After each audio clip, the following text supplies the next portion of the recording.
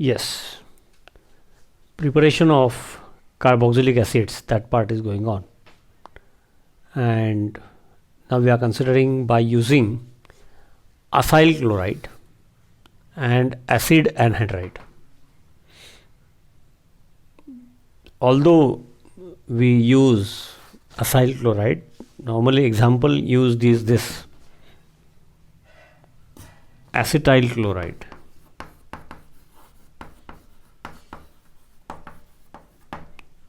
Or IUPAC ethanoyl chloride. Okay. Acid अनहायड्राईड जरी in general म्हणत असले तरी चर्चेमधलं एक्झाम्पल हे ॲसिटिक ॲसिडपासूनचा अनहायड्राईड म्हणजे ॲसिटिक अनहायड्राईड नाही का. फंक्शनल ग्रुपच्या वेळेला आपण बघितलं होतं बघा की 2 molecules of acetic acid dehydration झालं तर हा तयार होतो ॲसिटिक अनहायड्राईड. मग लिहिण्याच्या पद्धती वेगळ्या वेगळ्या आहेत म्हणजे condense form. Hydrolysis of acyl chloride, for example acetyl chloride, and hydrolysis of acetyl chloride. आता हायड्रोलिसिस ऑफ ईस्टर आपण शिकलो आहे, हायड्रोलिसिस ऑफ अल्काइल सायनाइड आपण शिकलो. त्याच्यावरून याचं पटकन बघता येतं. आणि पुन्हा सांगतो की mechanism of hydrolysis of acyl chloride and acid chloride म्हणजेच एक्झाम्पल म्हणून आपण घेणार ॲसिटाइल क्लोराईड अँड ॲसिटिक अनहायड्राईड. त्याच्यामध्ये जो त्याचा पॅटर्न आहे, केमिस्ट्री आहे बेसिक ब्रॉड, ती सेम आहे. ह्या मेकॅनिझम्स पुन्हा पार्ट ऑफ द सिलेबस नाही आहेत डायरेक्ट, पण त्या 2 मेकॅनिझम्स बघितल्या की या 2 मेकॅनिझम्स सोप्या जातात समजून घ्यायला आणि रिॲक्शन डायरेक्ट लिहायला मदत होते.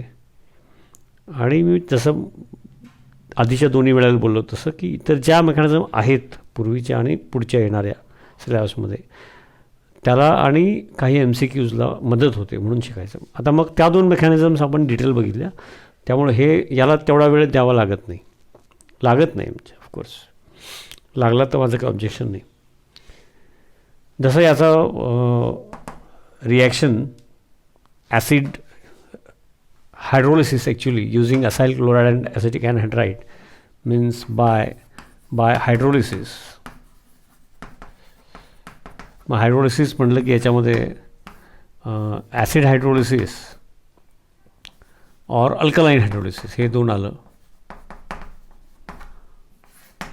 आता ॲसिड हायड्रोलिसिसमध्ये hydrolysis is reaction with water. Hydrolysis is reaction with water in presence of acid as a catalyst, free H plus ions, dilute acid, or alkaline hydrolysis, aqueous solution of NaOH or aqueous solution of KOH हे असणार. तर पूर्वीचे जे होते आपण ईस्टरचं बघितलं किंवा alkyl सायनाइडचं acid hydrolysis, तसं इथं ॲसिड हायड्रोलिसिसची डायरेक्ट गरज नाही. म्हणजे असेल तर होणार नाही असं नाही. ॲसिडिक कंडिशनची गरज नाही. ॲसिडिक कंडिशन का वापरतो तो? इथं प्रोटोनेशन व्हायचं पहिल्यांदा. इथं प्रोटोनेशन झाल्यानंतर काय होणार? This will become more polar and therefore attack of weak nucleophile water it would become easy. Actually हा मोर पोलार ऑलरेडी आहे. हा मोर पोलार आहे. कारण का रेझोनन्स लोन पेअर, आता तो पूर्ण रेझोनन्स दाखवत नाही मी, हिंट. लोन पेअर सिग्मा पाय, लोन पेअर सिग्मा पाय कॉन्ज्युगेशन. लोन पेअर इकडे शेड पेअर झाला की इथली पायवाली इकडे जाणार, म्हणजे हे इलेक्ट्रॉन डेन्सिटी इकडं शिफ्ट झालेलीच आहे. आणि त्यामुळं ऑलरेडी हा मोर पोलर आहे.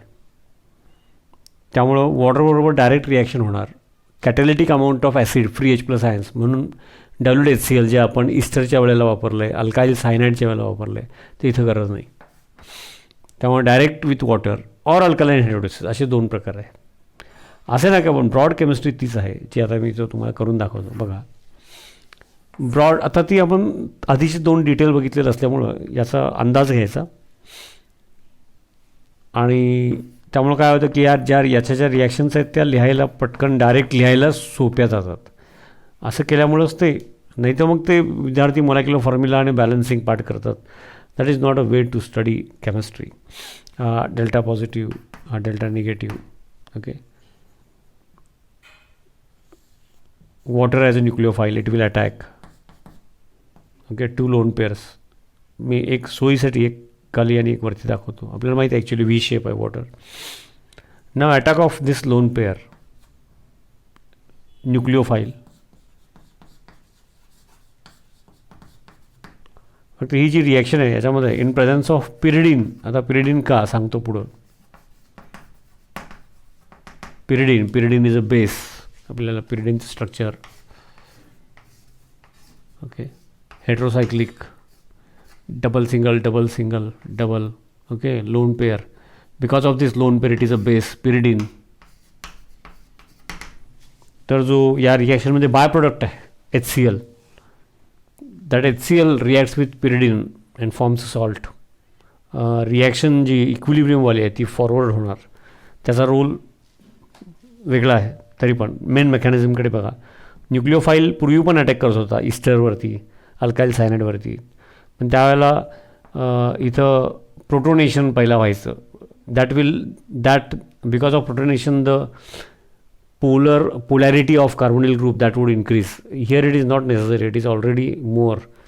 So direct attack of water म्हणजेच direct attack of lone pair of electrons on oxygen in water. आणि मग लोन पेअर इथं शेड पेअर झाली की इथला पायवाला इकडे जाईल आणि त्यावेळेला काय होईल बघा. रूटीन 2 लोन पेअर्स आहेत. आता पायवाला पण तिकडे गेला. ओके, आणि त्यामुळं मायनस चार्ज. आणि हा क्लोरीन इथं होताच आहेच. म्हणजे आता out of 2 lone pairs 1 lone pair has become a shared pair. एक लोन पेअर शिल्लक राहिली म्हणून positive charge it is developed on this oxygen. हे असं झालं. म्हणजे मॉलिक्युलर होल परत न्यूट्रलच आहे. And the moment again this lone pair is shared, this carbon chlorine bond, क्लोरीनची साईज मोठी असल्यामुळे carbon chlorine bond it is easy to break. Electron pair घेऊन क्लोरीन बाहेर. आणि त्यामुळे मग काय मिळालं बघा. ही लोन पेअर या कुठलीही घ्या, lone pair becomes a shared pair. Okay, आणि त्या मोमेंटला मग काय मिळालं आम्हाला बघा. ओके, त्या मोमेंटला तो इलेक्ट्रॉन पेअर घेऊन आला म्हणून ॲरो सोयीसाठी 2 लोन पेअर्स नेहमीसारखी आता. ओके, आणि प्लस हा Cl मायनस.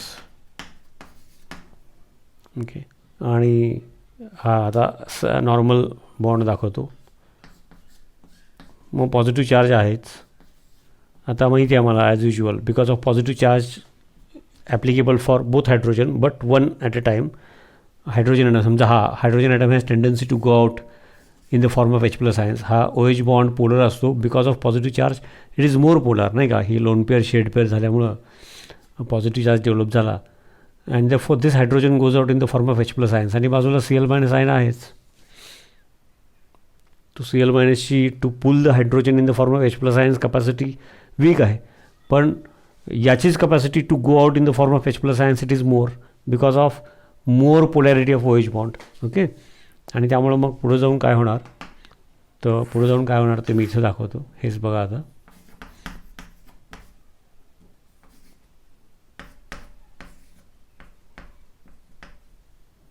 ओके, हा OH बॉन्ड आता हा hydrogen in the form of H+ ions बाहेर आल्यामुळं परत H+ Cl- म्हणजे HCl. तर बेसिकली दिस रिॲक्शन म्हणजे ॲसेटाइल क्लोराईड एक्झाम्पल म्हणून घेतलं. असाइल क्लोराईडमधलं एक एक्झाम्पल जे नॉर्मली घेतात. आणि हा attack of nucleophile in presence of pyridine. याच्यामध्ये ह्या स्टेप्स दाखवल्या यातल्या म्हणजे प्रोडक्ट्स मिळाले आम्हाला. हा acid, acetic acid, ethanoic acid, नाही का, प्लस HCl. हे इक्विलिब्रियमवाली रिॲक्शन आहे. मग HCl reacts with pyridine base and a salt is formed. And therefore, when HCl reacts with pyridine, it is not available for reverse reaction. And therefore, reaction goes more and more in forward direction. त्याच्यासाठी pyridine आहे. Pyridine का वापरलं ते समजून घ्या. हे finally जो HCl bye product आहे तो HCl आणि पिरिडीनचा सॉल्ट होतो, नाही का. HClमधला फ्री H+ आयन आणि लोन पेअर असा तो पिरिडिनियम सॉल्ट तयार होतो. जसा NH4Cl तयार होतो, NH4+ Cl- तसा. आणि मग HCl आणि पिरिडीनचं सॉल्ट तयार होतं. And therefore reverse reaction will not take place. It will go more and more in forward direction. त्याच्यासाठी पिरिडीन वापरला आहे. It is a base and reaction or else it would have been reversible reaction. Because of pyridine it goes more and more in forward direction. पण त्याच्यामधल्या ह्या steps आहेत, हे लक्षात घ्या. आता एकदा हे ॲसिटाईल क्लोराईडसाठी कळलं की ॲसिड अँहायड्राईड म्हणजे ॲसिटिक अँहायड्राईडसाठी वेगळं नाही, दोन्हीपैकी एक कार्बोनिल ग्रुप कुठलाही घ्या आणि हा पूर्ण समजा एक क्लोरीनसारखं मनात कल्पना करा. क्लोरीन Cl- फॉर्ममध्ये बाहेर पडतो, तसा तो ॲसिटिटाईन फॉर्ममध्ये बाहेर पडतो. That's all. Water will attack on carbonyl group, जे इथं दाखवलं तसं. इथं जे झालं तेच, फक्त इथं जो Cl आहे त्याच्याऐवजी हा पूर्ण ॲसिटेट ग्रुप आहे. मग Cl- जसा बाहेर गेला तसा ॲसिटेट ग्रुप बाहेर गेला, ॲसिड तयार झालं आणि बाहेर गेलेला ॲसिटेट ग्रुप तो पण पुढे जाऊन ॲसिड होणार. मुद्दा लक्षात. Cl- जसा आहे it pools hydrogen in the form of H+ ions, तसा हा बाहेर जाणारा ॲसिटेट ग्रुप. बघा आता एवढं सांगितलं तरी कळलं पाहिजे. जे एक तर डायरेक्ट सिलेबसमध्ये नसताना आपण चर्चा करतो आहे सोपं जाण्यासाठी, आणि जेवढे पूर्वीची आणि आत्ताच्या मेकॅनिझमची चर्चा केली त्याच्यावरून एखाद्याचं असं सांगितलं की आता असा विचार करा, थोडं रफवर्क करा, तर तुम्ही केलं पाहिजे. MST CET किंवा नीट किंवा त्या टाईपच्या ज्या MCQs असतात त्याची लेवल ती, त्याला तुम्ही असं स्वतःचं पण प्रयत्न, बिंदू वापरणे, व्यवस्थित प्रयत्न करणे गरजेचं आहे. ओके, तर हा एक असा भाग आहे. तर हायड्रोलिसिस ऑफ ॲसिड क्लोराईड किंवा हायड्रोलिसिस ऑफ ॲसिड अँहायड्राईड, जसं मी म्हणालो की समजा तुम्ही याला Cl- ग्रुप समजा, तर म्हणजेच Cl ग्रुपच्या जागी तो ॲसिटेट ग्रुप असं कल्पना करा. जसा Cl- फॉर्ममध्ये बाहेर गेला तसा तो ॲसिटेट ग्रुप फॉर्ममध्ये बाहेर जाणार आणि it will pull hydrogen in the form of H+ ions, म्हणजे ॲसिटिक ॲसिडचे 2 मॉलिक्युल्स. हायड्रोलिसिस झालं. आता असं मेकॅनिझम डायरेक्ट सिलेबसमध्ये असेल तर जरा हेच काही विशेष नाहीच आहे खरं म्हणजे, पण जरा पुन्हा एकदा लिहून दाखवायचं. ओके, गरज नाही आता, कारण त्याचा पॅटर्न झाला आहे आणि हे फक्त डायरेक्ट रिॲक्शन्स जे आपल्याला अपेक्षित आहेत आणि त्या मिक्स होऊन 2-3 रिॲक्शन्स एकत्र येऊन MCQs बनतात. तर असं माहीत असेल तर रिॲक्टिव्हिटी किंवा रिॲक्शन लक्षात राहणे याला मदत होते, म्हणून मुद्दाम नसताना सिलेबसमध्ये आपण त्याची मेकॅनिझम बघतो आहे आणि ती आपल्या झालेल्या अभ्यासाला आणि पुढं होणाऱ्या अभ्यासाला मॅच होते म्हणून बघायचं, नाही तर बघितले नसते. So simple. आता अल्कलाईन हायड्रोलिसिसचं पण सेम आहे. मी इथल्या इथं थोडक्यात हिंट देऊ शकतो, म्हणजे देतो, कारण free OH- ion, attack of free OH- ion on ester किंवा सायनाइडवर आपण बघितलेला आहे. तो पॅटर्न तिकडचं त्यानिमित्तानं रिव्हिजन होतं, तेच इथं लागू आहे. ते फक्त एकदा ॲसिड क्लोराईडला दाखवलं की तोच पॅटर्न ॲसिड अँहायड्राईडला आहे. थोडासा पार्ट पुसून तो दाखवतो. पुन्हा एकदा बघा की carbonyl group already more polar आहे, त्यामुळं ॲसिड हायड्रोलिसिसची गरज नाही इथे. Direct water directly attacks in the form of nucleophile, आणि लोन पेअर इथं शेड पेअर झाले की पायवाला इथे गेला आणि मग the moment lone pair again becomes a shared pair. म्हणजेच थोडक्यात हा न्यूक्लिओफाईल आत आला आणि हा न्यूक्लिओफाईल बाहेर गेला, सबस्टिट्यूशन झाल्यासारखं झालं. फक्त त्याच्यामध्ये इंटरमिडिएट आहे. ओके, आणि मग वॉटर न्यूक्लिओफाईल फॉर्ममध्ये अटॅक केल्यानंतर 1 hydrogen goes out in the form of H+ ions आणि त्याचा HCl होतो. एवढाच मुद्दा आहे. तेच याच्याऐवजी ॲसिटिक अँहायड्राईड इथं घेतला असतं तर पार्ट तोच, पॅटर्न तोच, फक्त क्लोरीनच्या ऐवजी हा ग्रुप आला असता. येस, तसंच अल्कलाईन हायड्रोलिसिसला आहे. येस, आता हेच अल्कलाईन हायड्रोलिसिस.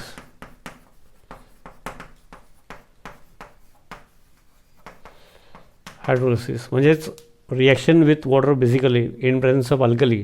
समजा aqueous solution of NaOH or aqueous solution of KOH. आता हे पूर्वी झालेलं असल्यामुळे पटपट सांगतो. म्हणजेच NaOH, आता ॲक्वस सोल्युशन असेल तर strong base free OH- ions it will attack. तर तो काय जे पूर्वी बघितलं तो पॅटर्न एकदा फक्त रिपीट होणार, फक्त फंक्शनल रूप बदललं आहे नाही का. OH- आयन फ्रॉम NaOH आणि कार्बोनिल ग्रुप पोलर आहे, डेल्टा पॉझिटिव्ह कार्बन म्हटल्यानंतर it will attack here. Pi bond इकडे गेला, रुटीन 2 लोन पेअर्स आहेत, दाखवलेलं नाही आहेत, त्यामुळे काय झालं बघा. Okay. Routine 2 lone pairs on oxygen ते आहेत असे दाखवलेले नाही आहेत. आणि मग हा water molecule 1 lone pair becomes अ शेअर्ड पेअर. एक लोन पेअर शिल्लक आहे म्हणून पॉझिटिव्ह चार्ज. 1 लोन पेअर पूर्ण त्याच्या कंट्रोलमध्ये असलेली lone pair water molecule attack OH मायनसने अटॅक केला. इथं आपण वॉटरचा मध्येच पॅटर्न आला. जस्ट इथंच मी पटकन रब करतो. वॉटरचं आपण बघितलेलं आहे आणि त्यामुळे मग काय झालं, OH मायनस आयन असं झालं. ठीक आहे. OH minus ion from NaOH किंवा KOH alkaline hydrolysis. And this lone pair Wien it comes back this carbon chlorine bond. आता कार्बन ऑक्सिजन ऑफ OH त्याच्या तुलनेत कार्बन क्लोरीन बॉन्ड वीक आहे. Chlorine goes out in the form of Cl minus ions. आणि त्यामुळे मग काय झालं बरं, बघा CH3 हा परत लोन पेअर परत आला म्हणून सोयीसाठी ॲरो दाखवतो आहे. डबल बॉन्ड हा OH मग असे अटॅक केलेला. And chlorine goes out in the form of Cl minus ion. Routine 3 loan pairs आहेत ते आहेतच क्लोरीनचे, ते दाखवत नाही. पण आता हे अल्कलाइन कंडिशन असल्यामुळं, ओके, अल्कलाइन कंडिशन असल्यामुळं दिस ॲसिड नाही का, हा Cl मायनस, मग तो NaOH मधला OH मायनस आहे म्हणजे इथे Na प्लस आहेच बाजूला NaOH मधला. आता अल्कलाइन कंडिशनमध्ये हायड्रोलिसिस केल्यामुळं this will further get neutralise with NaOH. आणि त्यामुळे काय मिळणार आपल्याला, ONA प्लस वॉटर. त्यामुळे सोडियम ॲसिटेट म्हणजे sodium salt of that corresponding. आता इथं ॲसिटाईल क्लोराईड असल्यामुळं ॲसिटिक ॲसिडचा सोडियम सॉल्ट, दुसरा कोण अल्काईल ग्रुप असेल तर तो होणार. मग आम्हाला ॲसिड तरी पण तयार करायचं असेल तर अल्कलाइन हायड्रोलिसिसमध्ये इथंपर्यंतच येणार आपण. मग आठवतं आहे का बघा जे आपण पुन्हा बघितलेलं आहे. मग फर्दर ॲसिडिफिकेशन एवढंच मेन्शन करतो. फर्दर ॲसिडिफिकेशन समजलं ना. मग ते ॲसिड होईल. आता हे एकदा जसा Cl मायनस बाहेर जातो तसा इथं ॲसिटेट ग्रुप बाहेर जाईल. मग अशी घेतलेलं एक्झाम्पल, दॅट्स ऑल. तर अल्कलाइन हायड्रोलिसिस असू दे, नाही तर directly with water in presence of pyridine असू दे. Acyl chloride for example acetyl chloride or acetic anhydride get converted into acid. फक्त अल्कलाइन हायड्रोलिसिस असेल तर अल्टिमेटली ॲसिड गेट न्यूट्रलाइज्ड. त्यामुळं carboxylic acid is formed immediately, it gets neutralised. त्यामुळं acid पाहिजेच असेल. त्यामुळे after the process is complete hydrolysis further acidification with dilute acid is required. एवढंच फक्त त्यामध्ये लक्षात ठेवायला पाहिजे. हे सगळं अशा पद्धतीने केलं की मग त्या ज्या रिॲक्शन्स डायरेक्ट लिहिलेल्या असतात ते आपल्याला लक्षात राहतात. आणि मग पुन्हा सांगतो आहे की जसं ॲसिड इथं लागला नाही सुरुवातीच्या मग याच्या आधीचं केसमध्ये, कारण का कार्बोनिल ग्रुप पोलर आहे. ओके, क्लोरीनमुळं मोर पोलर आहे. पण पिरिडीन का लागला त्याचं कारण मगाच्या केसमध्ये. आणि इथं alkaline hydrolysis strong OH minus ion free, large amount of free OH minus ions, strong base. तर इथं जसं नेहमी बघतो तसाच अटॅक झाला, दॅट्स ऑल. ओके, तर हे इझी आहे. आणि बघा मागच्या मेकॅनिझम बघितलं असेल की इथं मग तेवढा वेळ जास्त सांगणे किंवा आणखी व्यवस्थित लिहिण्याची गरज पडत नाही. आणि पुन्हा सांगतो की हे this is not directly part of the syllabus. म्हणजे ह्या मेकॅनिझम्स रिॲक्शन्स आहेत, त्याचे एक्झाम्पल्स आहेत. पण आपण असं मुद्दाम बघून ते डायरेक्ट रिॲक्शन्सचा अभ्यास करायचा म्हणजे ते सोपं जातं, लक्षात राहतं, विसरत नाही.